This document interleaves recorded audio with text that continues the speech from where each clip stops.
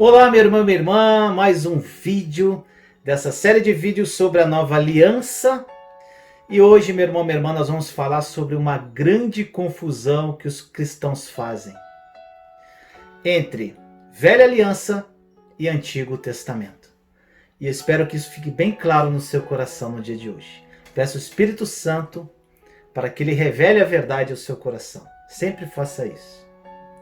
É muito importante a gente compreender a diferença entre o Velho Testamento e a Velha Aliança, Antigo Testamento e Velha Aliança, pois as pessoas infelizmente confundem os dois.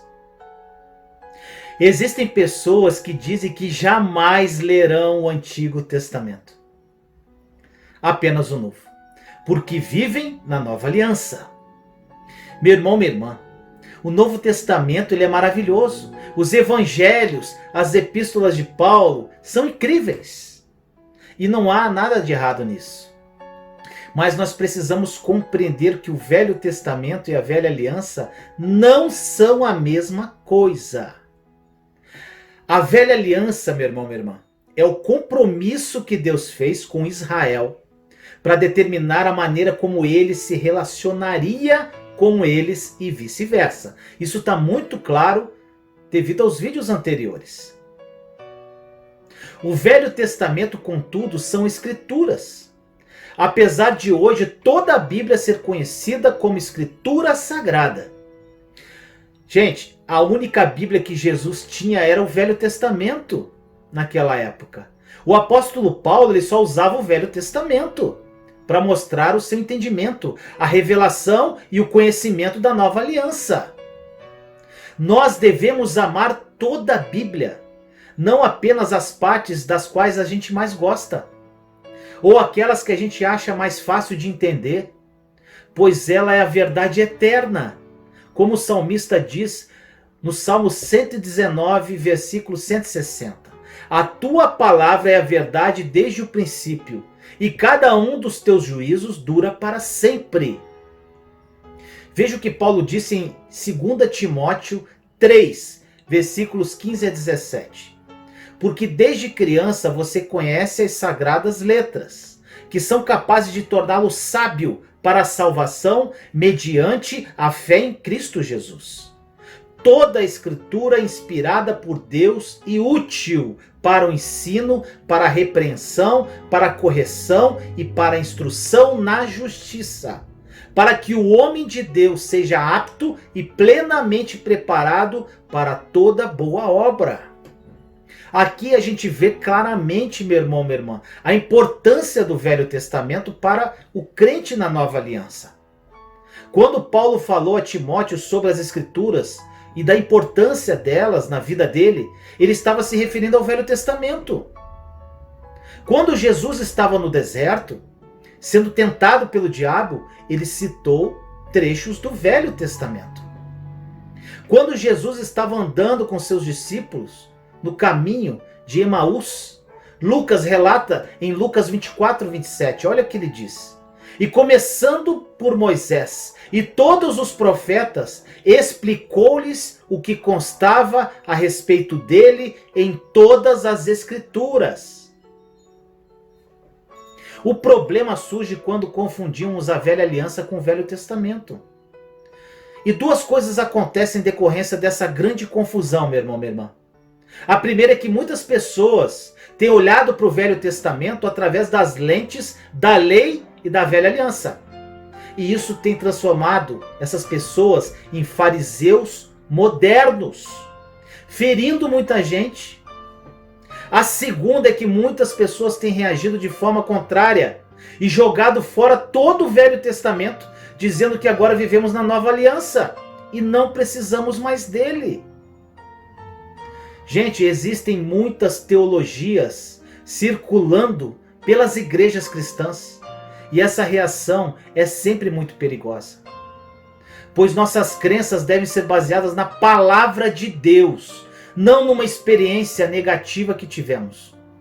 Pegando textos fora do contexto e interpretando da forma errada. Sabe o que isso acontece?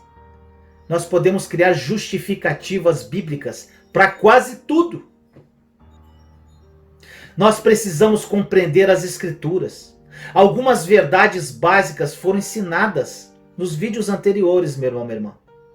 Mas a gente precisa de outros pontos importantes que nós vamos abordar agora. Quando Jesus caminhou na terra, ele não podia nos revelar plenamente a nova aliança, apenas nos dar algumas pistas dela. Consequentemente, o mistério da nova aliança permanece oculto no Velho Testamento, assim como nos evangelhos, a menos que estejamos dispostos a pesquisar e estudar o Velho Testamento à luz da nova aliança e com a ajuda do Espírito Santo, ela permanecerá sendo um mistério para nós, o que vai dificultar muito a leitura e interpretação do Velho Testamento. Olha o que Jesus disse no Evangelho de João, capítulo 16, versículos 12 e 13. Olha aqui só. Tenho ainda muito o que lhes dizer, mas vocês não o podem suportar agora. Oh, glória! Mas quando o Espírito da verdade vier, ele os guiará a toda a verdade. Não falará de si mesmo, falará apenas o que ouvir e lhes anunciará o que está por vir. Gente, esses versículos nos mostram claramente que Jesus não ensinou tudo o que ele veio revelar. Nesses versos, nós encontramos belas verdades. Sabe por quê? Porque Jesus desejava dizer ainda muitas coisas, mas os discípulos viviam num período de transmissão entre a velha e nova aliança.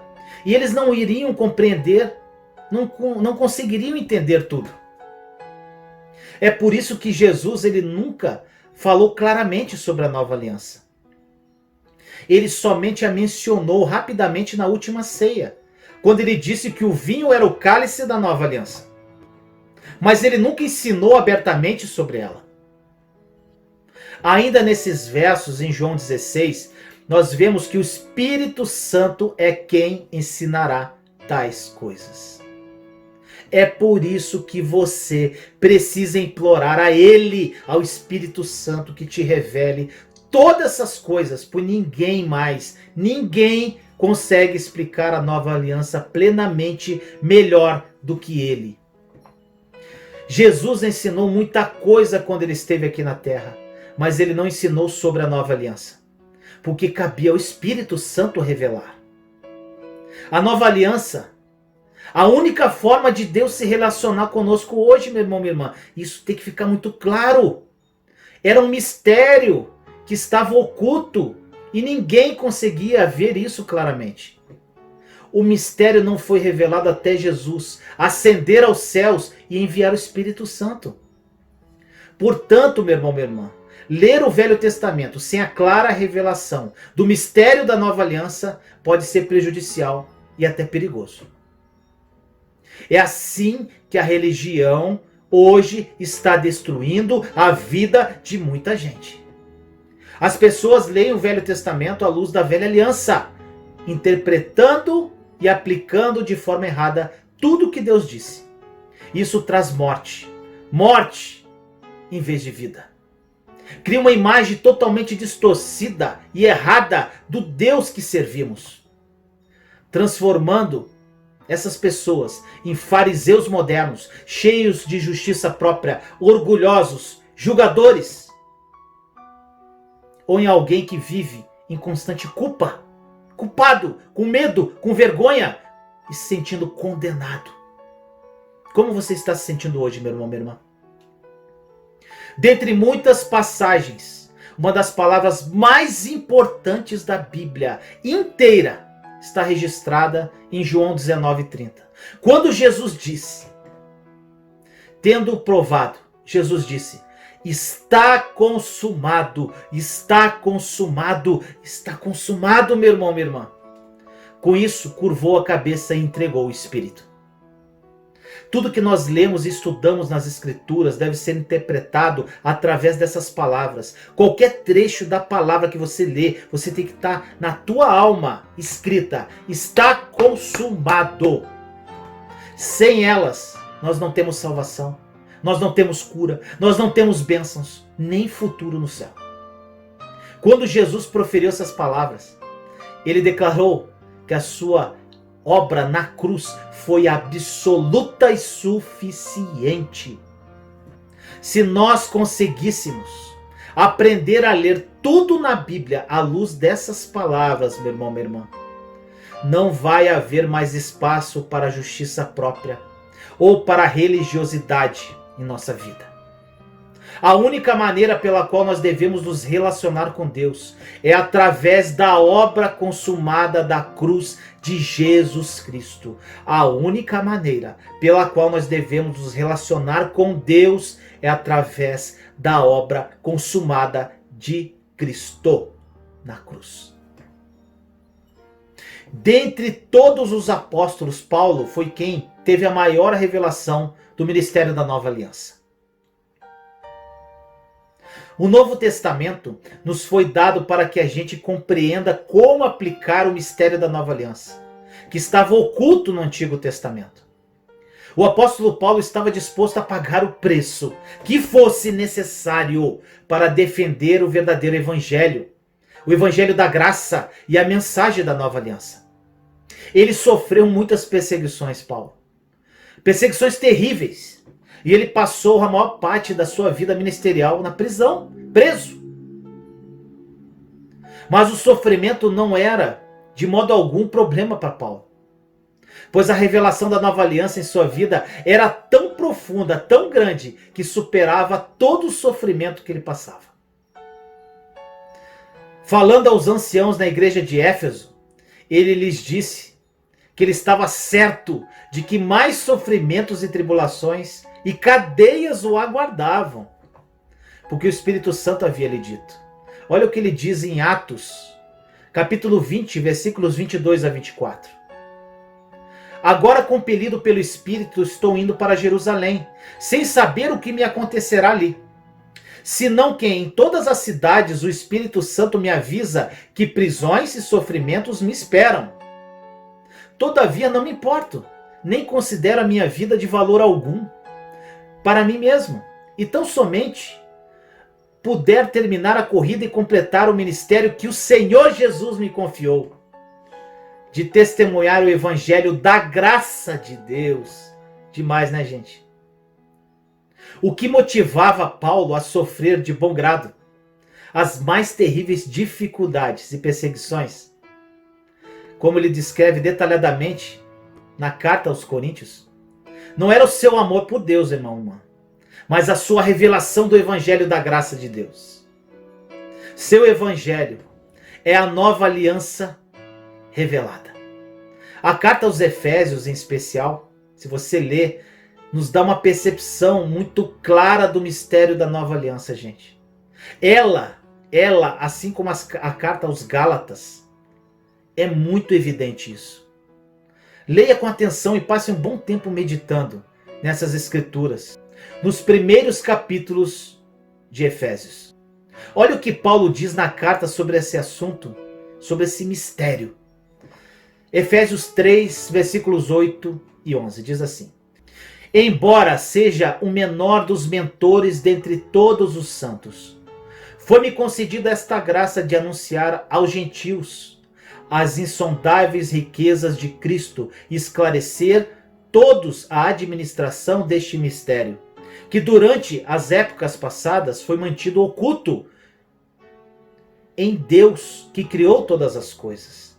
A intenção dessa graça era que agora, mediante a igreja, a multiforme sabedoria de Deus se tornasse conhecida dos poderes e autoridades nas regiões celestiais, de acordo com o seu eterno plano que ele realizou em Cristo Jesus, nosso Senhor. Meu irmão, minha irmã, Paulo disse claramente que para ele essa graça fora dada para tornar conhecida a dispensação desse mistério, que estava oculto em Deus desde o princípio dos tempos. Esse sempre foi o propósito de Deus, meu irmão, minha irmã, como Paulo declara no versículo 11 que eu acabei de ler. Uma vez que a nova aliança é o propósito eterno de Deus, não devemos ler ou tentar compreender nada em toda a Bíblia de qualquer outra maneira que não seja à luz desse mistério maravilhoso da nova aliança. Olha o que diz em Colossenses, capítulo 1, versículo 27. A eles quis Deus dar a conhecer entre os gentios a gloriosa riqueza deste mistério, que é Cristo em nós, a esperança da glória. Então, irmãos e irmãs, como nós já vimos, somente o Espírito Santo pode realmente revelar a nova aliança. De acordo com o que lemos em João 16:12, nem o próprio Jesus podia fazer isso. E já que é Ele o único que pode nos trazer a plena revelação da nova aliança, nós precisamos constantemente fazer uma oração específica por nós e pelas pessoas que amamos, que está registrada, sabe aonde? Efésios capítulo 1, versículos 15 a 21, diz assim: Por essa razão, desde que ouvi falar da fé que vocês têm no Senhor Jesus e do amor que demonstram para com todos os santos, não deixo de dar graça por vocês, mencionando-os em minhas orações. Peço que o Deus de nosso Senhor Jesus Cristo, o glorioso Pai, lhes dê espírito de sabedoria e revelação, do pleno conhecimento dele. Oro também para que os olhos do coração de vocês sejam iluminados, a fim de que vocês conheçam a esperança para a qual ele nos chamou, as riquezas da gloriosa herança dele, nos santos e incomparável grandeza do seu poder para conosco, os que cremos conforme a atuação de sua poderosa força. Esse poder ele exerceu em Cristo, ressuscitando dos mortos e fazendo assentar-se à sua direita nas regiões celestiais, muito acima de todo governo e autoridade, poder e domínio e de todo nome que se possa mencionar, não apenas nesta era, mas também no que há de vir.